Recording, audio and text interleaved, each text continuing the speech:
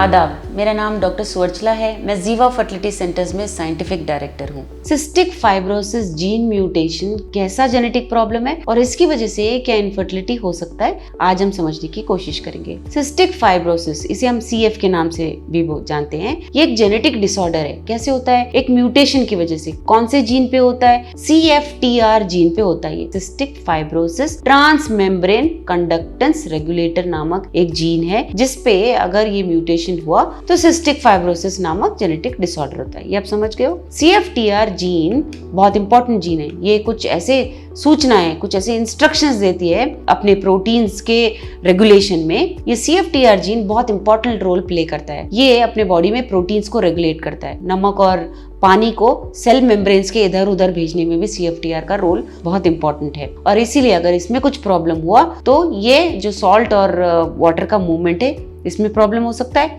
यही नहीं, respiratory digestive systems में प्रॉब्लम हो सकता है। और इस जीन में अगर कुछ प्रॉब्लम हुआ तो CFTR प्रोटीन जो है वो मार खा सकता है। ओवरऑल देखा जाए तो कई ऐसे बॉडी पार्ट्स हैं जो इफेक्ट हो सकते हैं CFTR प्रोटीन या CFTR जीन म्यूटेशन की वजह से। जब हम इनफर्टिलिटी की बात करते हैं, CFTR जीन म्यूटेशन अनेक प्रकार से इफेक्ट कर सकता है। सबसे पहला है congenital absence of vast difference. इससे बहुत कॉमनली देखा गया है, इसे CAVD, इस जीन के प्रॉब्लम में CF जीन के म्यूटेशन की वजह से CAVD congenital absence of vast difference देखा जाता है। वास्ट डिफरेंस क्या है? यह एक ऐसा ट्यूब है जो स्पर्म्स को टेस्टिस से बाहर लेके आता है, इजैकुलेट में लेके आता है, यूरेथ्रा और यूरेथ्रा से इजैकुलेट। सो इसीलिए इन पुरुषों में जिनमें CF जीन म्यूटेशन होता है, सिस्टिक फाइब्रोसिस जीन म्यूटेशन होता है, स्पेशली जब दोनों क्रोमोसोम्स में ये प्रॉब्लम होता है, जिसे होमोजाइगस कहते हैं हम। अगर दोनों कॉपी है तो ये रिस्क जो है बहुत ज्यादा होता है। और ये वास्ट डिफरेंस का ना होना, कंजेनिटली ना होना, यानी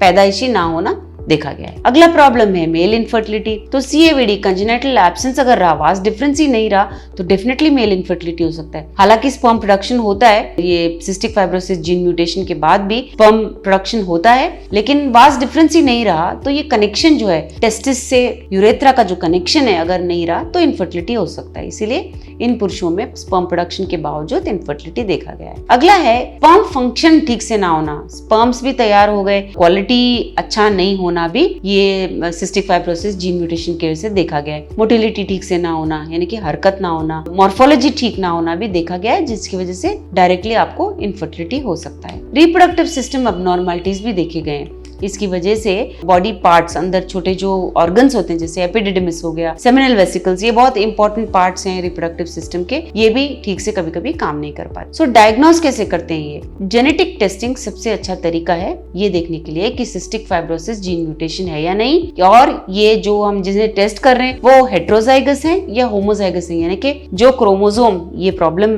के साथ दिख रहा है, दोनों क्रोमोसोम्स में प्रॉब्लम है या एक क्रोमोसोम में प्रॉब्लम है, ये देखा जाता है। जो कैरियर्स होते हैं, यानी कि जो दोनों क्रोमोसोम्स में अगर प्रॉब्लम नहीं हो, हेट्रोजाइगस हो, तो ये देखा गया है कि उनको सिम्टम्स तो कुछ नहीं होते, लेकिन ये रिस्क जरूर होता है कि उनके बच्चों को ये प्रॉब्लम हो सकता है।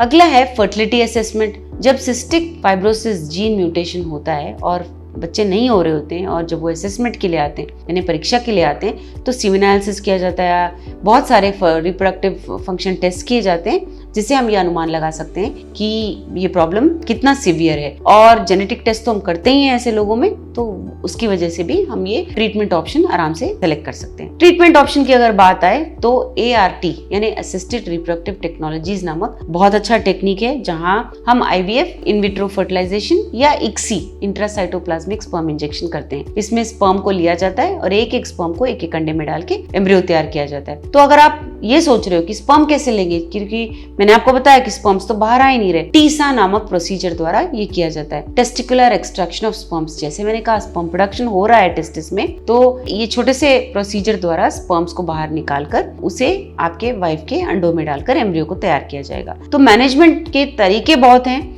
लेकिन ये देखना होगा कि हेट्रोजाइगस है, होमोजाइगस है, इशू कहाँ पे आ रहा है, देखते हुए ट्रीटमेंट ऑप्शन करना चाहिए। इसके बारे में और जानकारी के लिए अवश्य जीवा फर्टिलिटी सेंटर्स आइए। Thank you. हमने इस वीडियो बनाने के लिए बहुत मुशक्कत की है, मेहरबानी करके हमें लाइक और सब्सक्राइब जरूर कीजिएगा। शुक्रिया।